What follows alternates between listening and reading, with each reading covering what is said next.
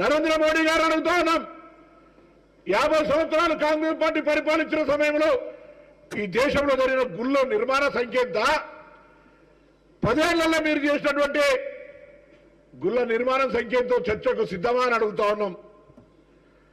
మొత్తం అన్నం ఉడికిందా చూడాల్సిన అవసరం లే.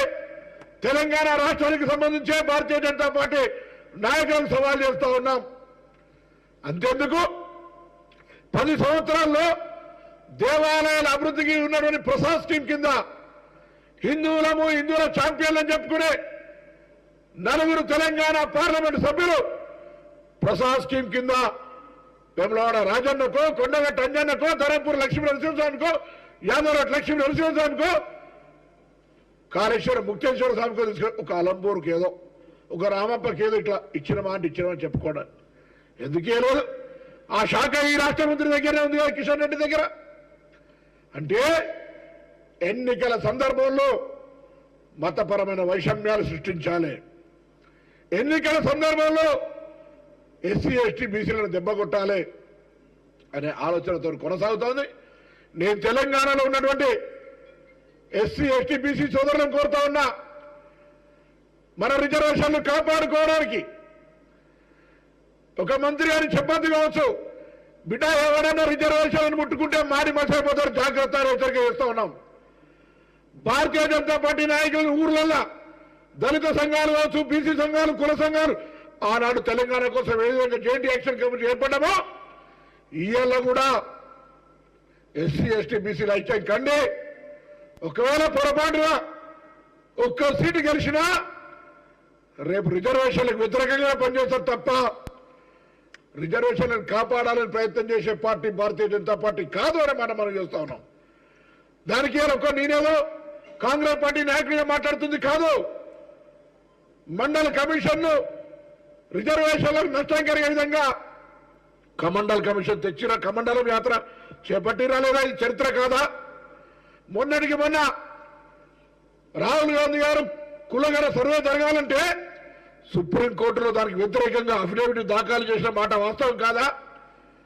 భారతీయ జనతా పార్టీ నాయకులు చెప్తా ఉన్నారు, కుల గణన సర్వే జరిగితే దేశంలో అశాంతి వ్యాప్తి చెందుతుంది. మీకంటే ఎక్కువ అశాంతి చెందుతుందా? దేశంలో ఎవరంతా ఏ వర్గాలంతో వారికి అంత న్యాయం చేయాలని కాంగ్రెస్ లక్షణంగా కట్టుకొని ఒక మాట పాంచి న్యాయంలో చెప్తా ఉన్నాం. అది తెలిసినటువంటి భారతీయ జనతా పార్టీ ఆందోళనకు గురై ఈరోజు మొత్తంగా రిజర్వేషన్లు ఎత్తివేయడానికే 400 ఎంపీ సీట్లు అడుగుతూ ఉంది. ఇది అవగాహన కలిగిన తెలంగాణ ఎస్సీ ఎస్టీ బీసీ బిడ్డలు ఆనాడు తెలంగాణ సాధించుకోవడానికి ఏ విధంగా అయితే మనం ఐక్యంగా గ్రామాల్లో వంట వార్పులు కావచ్చు, ఉద్యమాలు కావచ్చు చేసి తెలంగాణ సాధించుకున్నామో అటువంటి తెలంగాణను కూడా అవమానపరిచి పార్లమెంటు సాక్షిగా దొంగతనంగా ఎత్తుకపోయినరు, తర్వాతలు ఎత్తుకపోయినని అమరవీరులను అవమానపరుచు తెలంగాణ ఏర్పాటును కించపరిచిన వీళ్ళు రిజర్వేషన్లు ఎత్తేయడానికి సంబంధించిన విషయం లోపల ఎటువంటి మొహమాట పడరు. దయచేసి మన రిజర్వేషన్లను మనం కాపాడుకోవడానికి కర్రు కాల్చి వాత పెట్టాల్సిందిగా బీజేపీ నాయకులకు ఊర్లలో వస్తే నిలదీయండి.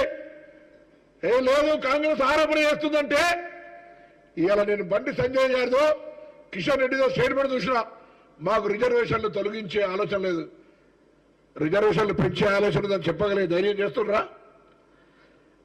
మీరు రిజర్వేషన్లను కాపాడుకొని రిజర్వేషన్లను పెంచుతామనే మాట ధైర్యంగా చెప్పగలుగుతున్నారా కాంగ్రెస్ పార్టీ నాయకులు లెక్క? ఈ దేశంలో 50 సంవత్సరాల రిజర్వేషన్ల ద్వారా న్యాయం చేయాలని ప్రయత్నం చేస్తే భారతదేశంలో వ్యాపారస్తుల పార్టీగా